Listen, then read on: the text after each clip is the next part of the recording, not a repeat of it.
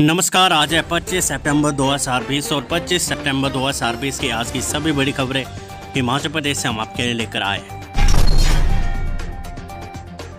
बिजली बोर्ड कर्मचारियों के प्रदर्शन पर हिमाचल हाईकोर्ट ने लगाई रोक। हिमाचल हाईकोर्ट ने राज्य बिजली बोर्ड के कर्मचारियों के धरना प्रदर्शन पर रोक लगा दी है। न्यायाधीश तरलोक सिंह चौहान और न्यायाधीश ज्योत्सना रिवाल दुआ की खंडपीठ ने अपने आदेशों में स्पष्ट किया कि अपनी मांगों को मनवाने के लिए राज्य बिजली बोर्ड के कर्मचारी हड़ताल नहीं कर सकते। कानून इसकी इजाज़त नहीं देता है। उच्च न्यायालय पहले ही डॉक्टरों की ओर से की गई हड़ताल को गैर कानूनी करार दे चुका है। न्यायालय ने कहा कि कर्मचारी संघ का कोई भी सदस्य हड़ताल में भाग नहीं लेगा। अगर कोई सदस्य निदेशक मंडल के निर्णय से नाखुश है तो वे सक्षम न्यायालय अपराधिकरण के समक्ष अपना मामला रख सकते हैं। न्यायालय इन लोगों को कानून को अपने हाथ में लेने की इजाजत नहीं देगा। अगर फिर भी वे नहीं माने तो उनके खिलाफ विभागीय और आपराधिक मामले दर्ज करने के अलावा उन्हें न्यायालय के आदेशों के अवमानना के मामले का सामना करना पड़ेगा। मामले पर सुनवाई 29 अक्टूबर के लिए निर्धारित की गई है। बड़ी खबर, हिमाचल कैबिनेट बैठक, अंतर्राज्यीय बसों के संचालन पर हो सकता है फैसला। हिमाचल मंत्रिमंडल की अहम बैठक 26 सितंबर को राज्य सचिवालय में सुबह 10:30 बजे शुरू होगी। कोरोना काल में ये पहली बैठक होगी जो राज्य सचिवालय में आयोजित की जाएगी। आज की कोरोना वायरस अपडेट। हिमाचल में 9 और कोरोना संक्रमितों की मौत, 277 नए पॉजिटिव मामले। हिमाचल में जमीन विभाग के नाम न होने से लटका सड़कों का काम। जमीन विभाग के नाम न किए जाने से प्रदेश में सड़कों का कार्य लटक गया है। 600 गांव ऐसे हैं जहां सड़क सुविधा नहीं है। इसका कारण लोगों की ओर से जमीन लोक निर्माण विभाग के नाम न किए जाना है। लोक निर्माण विभाग ने पंचायतों को लिखा है कि जमीन सरकार के नाम किए जाने पर इस सड़क का निर्माण कार्य शुरू किया जा सकेगा। कोरोना पॉजिटिव महिला की आत्महत्या के बाद डीडीयू के एमएस को हटाया, 15 बीएमओ का प्रमोशन। समर्पित covid care centre Deendayal Upadhyay Ripon अस्पताल में कोरोना पॉजिटिव महिला की आत्महत्या करने के बाद कार्यकारी एमएस लोकेंद्र शर्मा को हटा दिया गया है। अब सरकार ने डॉक्टर रमेश चौहान को डीडीयू का नया एमएस नियुक्त किया है। प्रदेश में सरकार ने 15 बीएमओ को पदोन्नत कर उपनिदेशक, सीएमओ और प्रिंसिपल के पद पर तैनाती दी है। जेबीटी के 1225 पद भरने को कानूनी राय लेगी हिमाचल सरकार। हिमाचल के सरकारी स्कूलों में जेबीटी के 1225 पद भरने के लिए सरकार कानूनी राय लेगी। एनसीटीई ने बीएड को भी जेबीटी भर्ती के लिए पात्र माना है। प्रदेश के आरएनपी नियमों के तहत जेबीटी करने वालों को भर्ती में शामिल किया जाता है। ऐसे में अब इस भर्ती को लेकर दुविधा में फंसी सरकार इस बाबत कानूनी राय लेने जा रही है। हिमाचल के किसानों को राहत, 2 रुपये किलो सस्ता मिलेगा गेहूं का बीज। कृषि विभाग ने गेहूं बीज के दाम 2 रुपये किलो कम कर दिए है। 2019 में कृषि केंद्रों में बीज 33 रुपये प्रति किलो बिका था। इस वर्ष 31 रुपये किलो बिक रहा है। बीज की कीमतें कम होने से किसानों ने राहत की सांस ली है। कोरोना काल में लोगों का खेती-बाड़ी की ओर रुझान हुआ है। कृषि विभाग के पास बीज की भारी डिमांड है। एक ही दिन में 2 परीक्षाएं होने से असमंजस में अभ्यर्थी।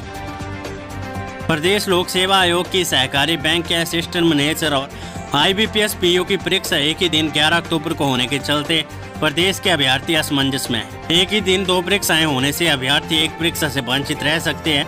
अभ्यर्थियों ने प्रदेश लोक सेवा आयोग से परीक्षा की तिथि बदलने की मांग उठाई है।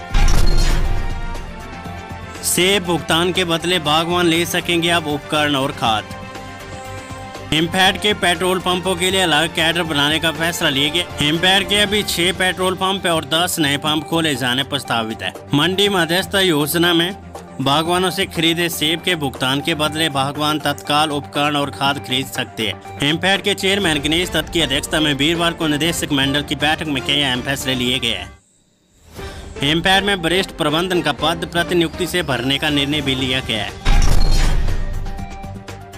हिमाचल कांग्रेस प्रभारी बोले, कोरोना से निपटने में पूरी तरह से विफल रही सरकार। हिमाचल प्रदेश के नए नियुक्त प्रभारी और पूर्व केंद्रीय मंत्री राजीव शुक्ला ने गुरुवार को राजीव भवन में पत्रकारों से कहा कि केंद्र सरकार कृषि संबंधित विधेयक तत्काल वापस ले। इस विधेयक से देश के करोड़ों किसानों का भला नहीं होगा। सरकार ये तय करती है कि न्यूनतम समर्थन मूल्य से कम में किसानों की फसल कोई भी नहीं खरीदेगा।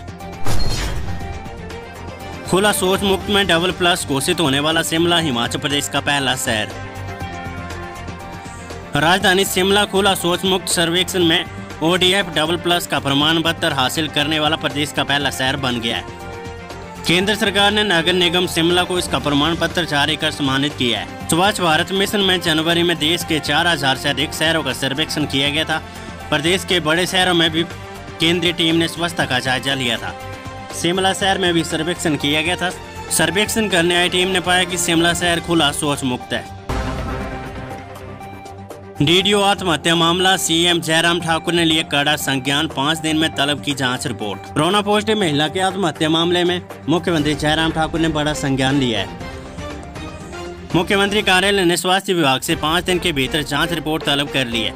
अतिरिक्त मुख्य सचिव स्वास्थ्य RD धीमान ने SDM शिमला को जांच का जिम्मा सौंपा है। मंगलवार आधी रात को शिमला के डीडीओ अस्पताल में चौपाल निवासी महिला ने फंदा लगाकर आत्महत्या कर ली थी।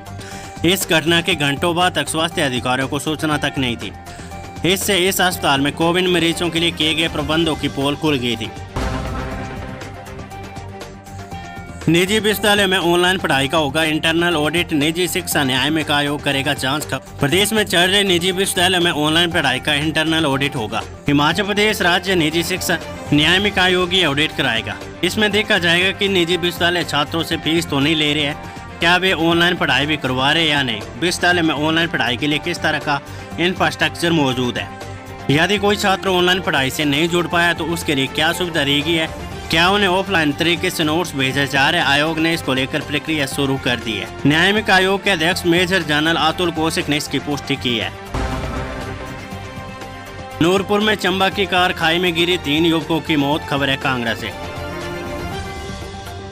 मंडी पठानकोट राष्ट्रीय राजमार्ग पर नूरपुर के पास बड़वार में वीरवार को एक कार दुर्घटनाग्रस्त हो गई।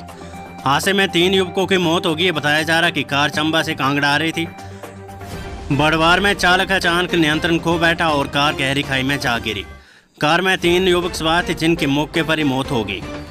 तीनों युवकों की उम्र 25 से 30 साल के बीच है। विपिन परमार बोले, धीरा में बनेगा मिनी सचिवालय, बल्ला अपरोर में बहुतकनीकी संस्थान। 16 हल्के के धीरा में निजी सचिवालय और बल्ला अपरोर में बहुतकनीकी संस्थान का निर्माण किया जाएगा।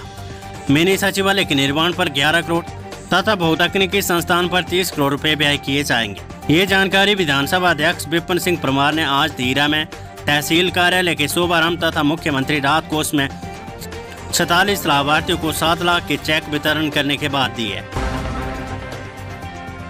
मुख्यमंत्री के करीबी सहकारी बैंक के अध्यक्ष व स्वास्थ्य मंत्री के करीबी उपाध्यक्ष। केंद्रीय जोगिंद्रा सहकारी बैंक के नालागढ़ से निर्वाचित निदेशक योगेश अध्यक्ष बने, जबकि उपाध्यक्ष के पद पर मनोनीत निदेशक यशपाल ठाकुर की ताजपेशी हुई है। योगेश का अध्यक्ष बनना लगभग तय माना जा रहा था क्योंकि उन्हें मुख्यमंत्री जयराम ठाकुर का बेहद करीबी माना जाता है। उपाध्यक्ष पद पर यशपाल ठाकुर की ताजपोशी ने सबको चुका दिया है। इस पद के लिए निर्वाचित निदेशक व पार्टी के वरिष्ठ नेता बुद्धराम ठाकुर को दावेदार माना जा रहा था, लेकिन इस बार भी मनोनीत निदेशक को ही उपाध्यक्ष बना दिया गया है। रेल राज्य मंत्री सुरेश अंगड़ी के निधन से हिमाचल के 2 पुलों का लोकार्पण रद्द।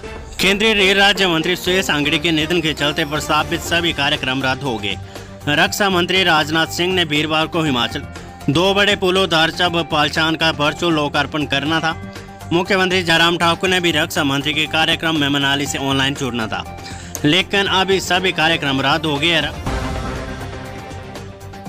सुंदरनगर में BBMB अस्पताल 3 दिन के लिए बंद। सुंदरनगर में बढ़ते कोरोना के संक्रमण को देखते हुए BBMB अस्पताल सुंदरनगर ने आगामी 3 दिनों के लिए बंद करने का निर्णय लिया है। BBMB के मुख्य चिकित्सा अधिकारी देशराज शर्मा ने बताया कि अस्पताल में कार्यरत 3 डॉक्टर और 1 कर्मचारी कोरोना संक्रमित पाए गए हैं, जिस कारण अस्पताल में अन्य स्टाफ व अस्पताल में आने वाले मरीजों को भी संक्रमण का खतरा बढ़ गया है। उन्होंने आम जनता से आग्रह किया कि शुक्रवार से रविवार तक अस्पताल पूरी तरह से बंद रहेगा। उन्होंने कहा कि उक्त अवधि के दौरान आपातकालीन सेवाएं सुचारू रूप से चलेगी तथा डॉक्टर ऑन कॉल ड्यूटी पर उपस्थित रहेंगे। निजी होटल पर कर्मचारियों की सेवाएं समाप्त करने का आरोप, लेबर इंस्पेक्टर ने जारी किया नोटिस। खबरें धर्मशाला से। निजी होटल पर गैर कानूनी तरीके से कर्मचारियों की सेवाएं समाप्त करने के आरोप पर लेबर इंस्पेक्टर ने निजी होटल को नोटिस जारी कर दिया है। नोटिस के माध्यम से उक्त निजी होटल प्रबंधन को 25 सितंबर को संबंधित रिकॉर्ड के साथ कार्यालय में 10 बजे के करीब उपस्थित होने के निर्देश दिए गए हैं। इस दौरान उक्त होटल प्रबंधन की स्थिति स्पष्ट करने के लिए कहा गया है। महिला आत्महत्या मामले पर डीडीओ के बाहर गरजी कांग्रेस, सरकार पर साधा निशाना। राजधानी के डीडीओ अस्पताल में चौपाल निवासी एक महिला द्वारा आत्महत्या किए जाने का मामला सियासी रंग लाने लगा है।